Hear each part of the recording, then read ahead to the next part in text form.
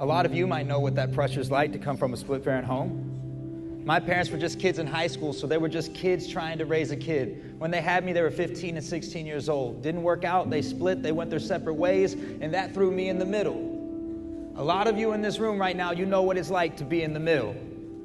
In the middle, it's a lot of pressure. In the middle, you have to deal with everybody's emotions. I had to keep the peace between both sides of the family that couldn't get along with each other.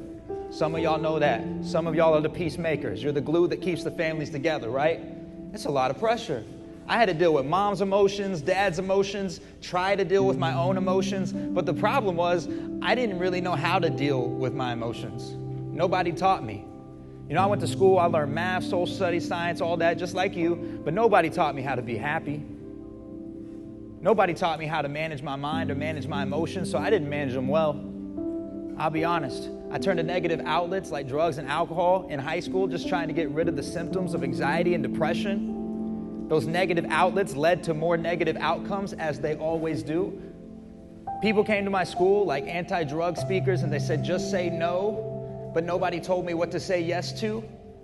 I knew what not to do. Nobody told me what to do. Nobody told me about any positive outlets, how to build a positive community, how to make friends, how to talk about your feelings. I didn't even know how to do that or where to begin. So I internalized all of them.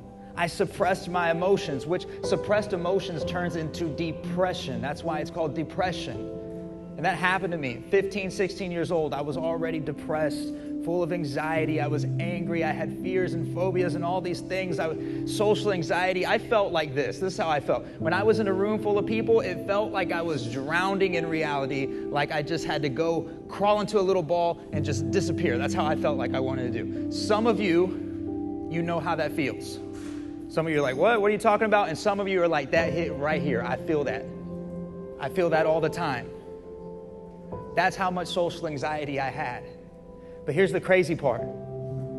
Every single day that I came to school, although that's how I felt on the inside, on the outside, I looked as happy as could be.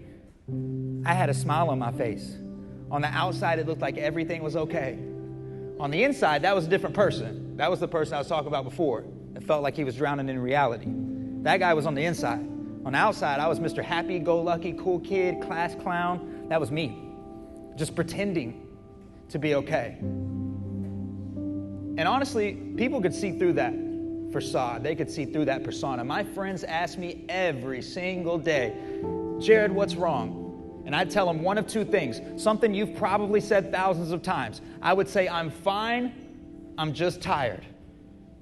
How many of y'all use that like every day? I'm fine, I'm just tired, I didn't get good sleep last night. Thanks for being honest. You can put your hands down. I appreciate that.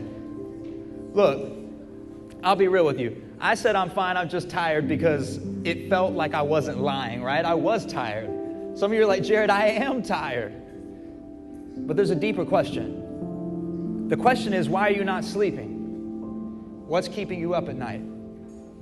See, deeper questions get deeper answers, and I wasn't willing to go deeper. I just stayed on the surface, and I said, I'm fine, I'm just tired. I put a smile on my face, and I went on my way, day after day after day. I wore the smile because it made me feel safe, let's be honest. It made me feel comfortable. But it also made me feel alone. Which is ironic because that was the reason I put the fake smile on in the first place, because I felt alone. I felt like if I told anybody what I was going through, they wouldn't relate to me or they wouldn't understand. So I put the smile on so I didn't look or feel vulnerable, but in reality, vulnerability is what would have set me free.